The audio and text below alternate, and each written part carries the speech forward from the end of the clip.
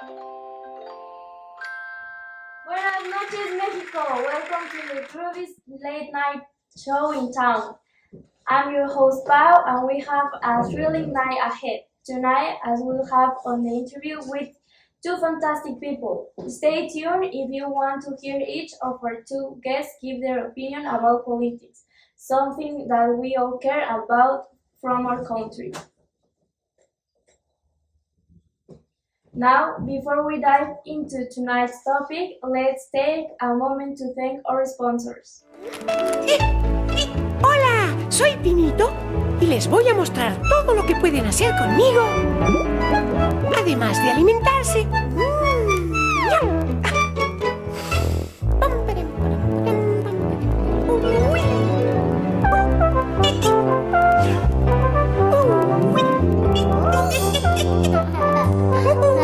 Leche Pinito, fortalecida con vitaminas A y B. Pinito, uno más de la familia.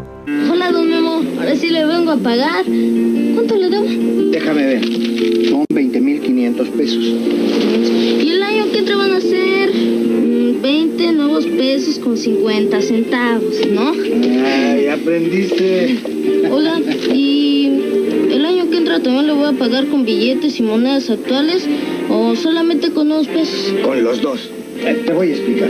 ¿Me podrías pagar, por ejemplo, con un billete de 20,000 pesos o con uno de 20 nuevos pesos, que son igualitos, y con una moneda actual de 500 pesos o con una de 50 centavos del nuevo peso? Uy, don Memo, usted sí que es bueno para las cuentas, ¿verdad? Ni tanto. Pues entonces apúnteme estos chicles a la cuenta. Nuevo peso. Más práctico y más sencillo.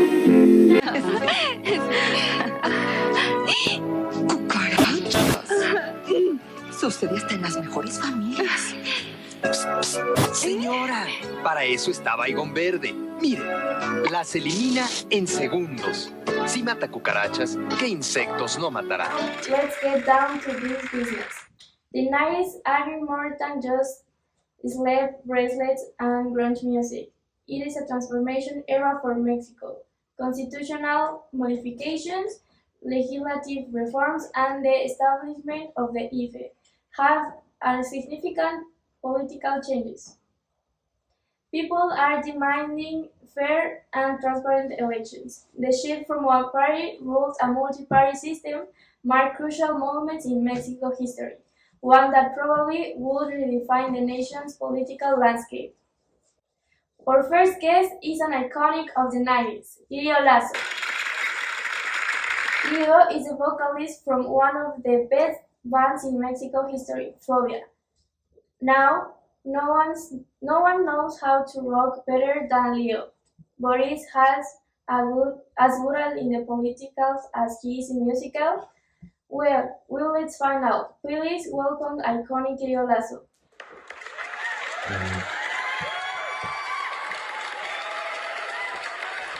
Leo, how are you tonight?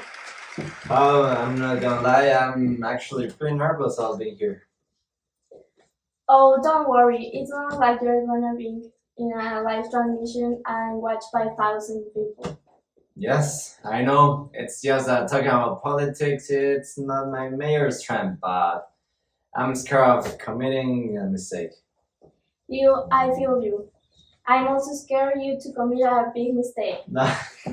Just kidding. But let's proceed to political indeed. Alright, let's do this, pal. So, first question. How you look that good? Kidding, no, but now taking seriously, I know it can be controversial, but what is your opinion on the former election from the 1988 and suspicious way Salinas ended up winning? Well, back then I was young and aspiring pop star in Mexico, just starting to make waves in the music industry. The 80s were a wild time, and even though I wasn't an expert on politics, it was impossible to ignore the buzz surrounding those elections. When the 1988 elections rolled around, it was like the whole country was gearing up for a grand fiesta, and not just any fiesta. The mother of all fiesta, People were excited, and you could feel it in the air. It was the first time in a long time that the ruling party, the PRI, was facing real competition. It was a bit like when you're about to release a new album and you've got some serious chart-topping competition. It adds a certain edge to the whole thing. But then, BAM! Allegations of fraud and irregularities fit the scene. Like a plot twist in a telenovela. It was like the music suddenly stopped and everybody was left in shock. People were protesting, demanding answers, and it was intense. It felt like a roller coaster of emotions, and the whole nation was riding it. I may not have been an expert in politics, but one thing was clear. These events were a game changer. It was a wake up call for Mexican politics. It got people talking about democracy, transparency, and accountability. It made us all question the system. And it set the stage for some major political shifts in the 90s. Looking back, I can't help but think that those 1988 elections, scandal and all, were like opening cards to a new song in Mexico's journey towards a more open and inclusive political landscape. And as an artist, I can't help but wonder if they might have inspired a few of the songs I went on to write Hope, Change, and the Power of the People. So yeah, those elections were definitely a big deal in the story of Mexico, and even I couldn't escape their impact. Wow, Leo, that's such a fantastic way to put it. You have really captured the essence of those elections and the twisted emotion that they brought. It's incredible to think about how those events were like a dramatic plot twist in the telenovela of Mexican politics. Now, fast forward to the 90s, it seems like that turbulence paved the way from significant changes. Can you tell us, from your perspective as an artist, how did the political and social climate in Mexico during the 90s influence your music and all your creative journey? Absolutely. The 90s were an extraordinary period in Mexican politics. You see a transition from one party rule to a multi party system brought a breath of fresh air to the country. The 90s were a time of optimism and it reflected into the music scene. Musicians, including myself, felt a responsibility to reflect the changing social and political climate in our songs. I wrote and performed songs that celebrated democracy, human rights, and the possibilities of a more inclusive society. Tracks that resonated with the dreams and aspirations of Mexican anthems of people for a brighter future. The rise of civil society movements during the 90s advocating for transparency, accountability, and human rights was like a fuel for our creative fires. That's like the ultimate crossover hit, politics and pop music cool in the 90s. It's like the greatest duet we never knew we needed. I guess you could say it was a really political poptopia.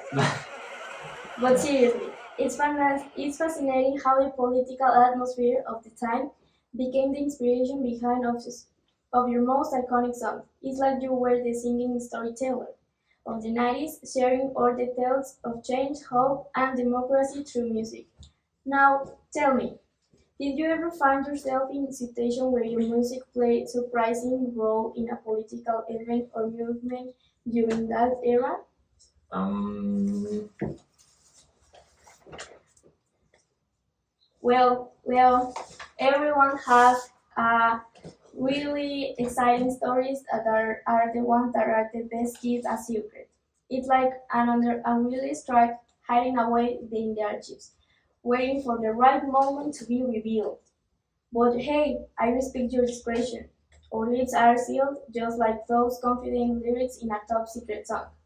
And I guess we will just have to let our imagination run wild, won't we? It's been absolutely blast having you here today. You have taken us on a journey through Mexican politics and pop culture. I can't thank you enough for sharing your insight and those hints of secret tales with us. Before we say goodbye, Leo, I want to say that if you ever decide to spill the beans on those untold stories, you have got an open mic here on this show. We love to have you back and hear the rest of your new stories. So, would you say, will you come back here in the future? Oh, Pau, it's been a pleasure being here. And who knows, maybe one day I'll split the tea. I'll definitely keep that in mind. Thank you for having me.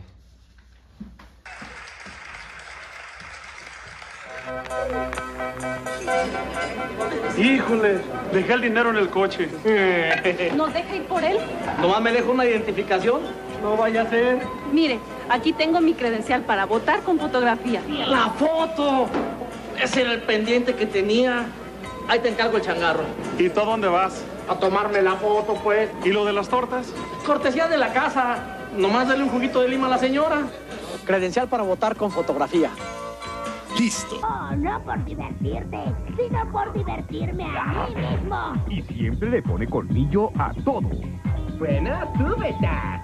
Eres el elegido. Y el líder, esta vez lo atraparemos. Tasmania. Lunes a viernes, 1:30 de la tarde. Canal 5. En tu mismo canal. Lo que pasa es que heredó. Él forjó su propia fortuna. Lo olvidó cuando subía su auto. Precioso. Un cougar negro. Yo lo vi. Su influencia se siente.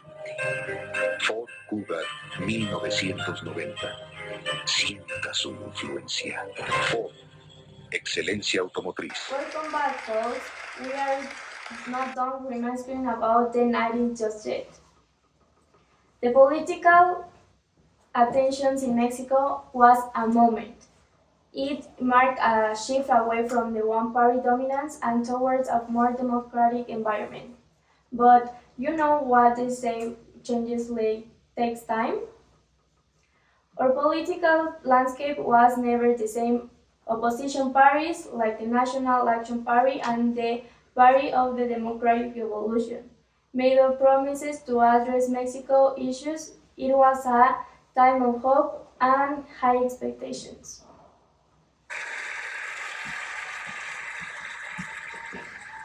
Now, let's dive deeper into the historical transformation with our expert, Dr. Clau Galvez, with a major in economics and history. Tell us, Dr. Galvez, how significant were these changes?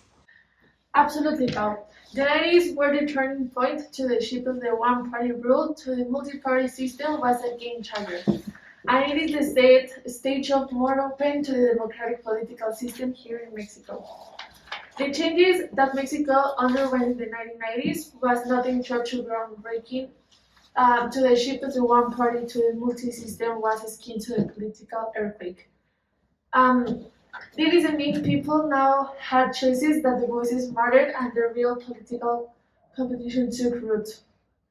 One of the most significant milestones was the 2000 presidential elections of the Vicente Fox, that is the PAN, that is the one who won.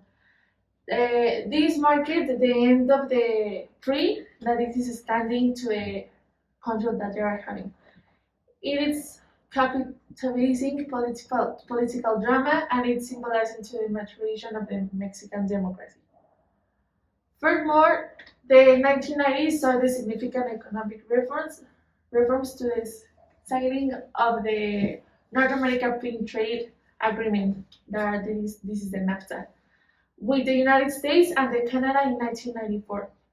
This had a profound impact on Mexican economic, opening to the new opportunities of challenges and to the international stage.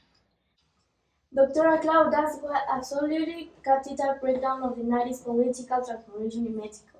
It's like we were watching a real-life political thriller unfold. The transition from one-party rule to the multi-party system, the monumental of 2000 presidential election, and the rise of rights movements. It's almost like a series of plot twists in the epic saga of Mexico politics. But there's a burning question. Dr. Clau, with all these changes happening in the 90s, how do you think they influenced the everyday lives of the Mexican people? Can you paint a picture of how those political shifts trickle down the impact of the daily experience of the citizens? This is a great question, Pau. The 90s political transformation in Mexico wasn't just confined to the House of Power. It had a significant impact to the everyday lives to the Mexican citizens. The economic reforms, like the signing of NAFTA, opened up new opportunities to the business and trade. This translates to more jobs and economic growth, which turned into a positive impact in quality, like for many Mexicans. This is like the economic score to the country was changing and the turn of waiting up it. Moreover, the rise of human rights movements made to the issues like the transparency, equality, and respect for human rights became to the national conversation.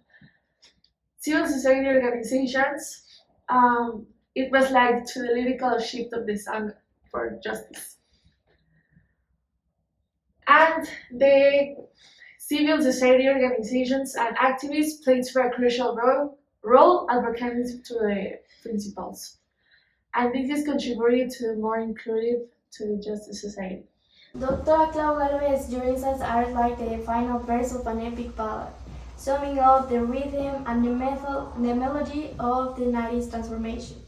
It's incredible how those changes had such a profound impact on the nation's politics, economics, and social changes landscape. We have truly taken a journey through history tonight, and I can thank you enough for guiding us. Give it up for Dr. Clau. Well, folks, that brings us to the end of this nostalgic night. Here on the Late Night with Pau, I want to thank you, our wonderful guest, Dr. Clau Galvez, and our fabulous pop star, Leo Lasso, for joining us to the musical and historical journey. And to all the viewers out there, remember, the nights might be the past, but all the lessons we have learned from the era still resonate today. The beat goes on and we'll be back with more groovy stories in the future. Until then, keep those vibes alive and stay tuned for more Pau Nights. Good night, everyone.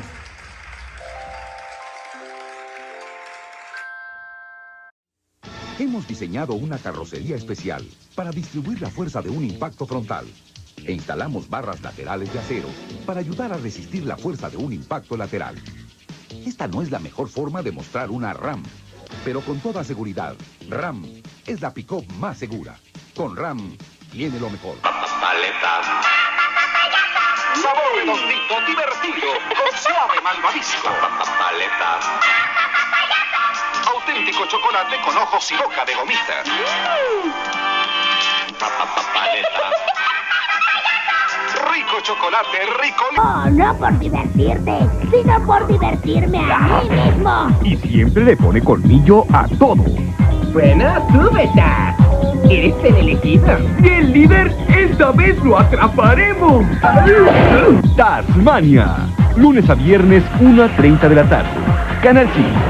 En tu mismo canal. Hola, don Memo. Ahora sí le vengo a pagar. ¿Cuánto le debo? Déjame ver. Son 20,500 pesos. ¿Y el año que entra van a ser? 20 nuevos pesos con 50 centavos, ¿no? Ay, aprendiste. Hola, ¿y el año que entra también le voy a pagar con billetes y monedas actuales o solamente con nuevos pesos? Con los dos. Te voy a explicar. Me podrías pagar, por ejemplo, con un billete de 20,000 pesos o con uno de 20 nuevos pesos, que son igualitos, y con una moneda actual de 500 pesos o con una de 50 centavos del nuevo peso. Uy, don Memo, usted sí que es bueno para las cuentas, ¿verdad? Ni tanto. Pues entonces apúnteme estos chicles a la cuenta. Nuevo peso. Más práctico y más sencillo.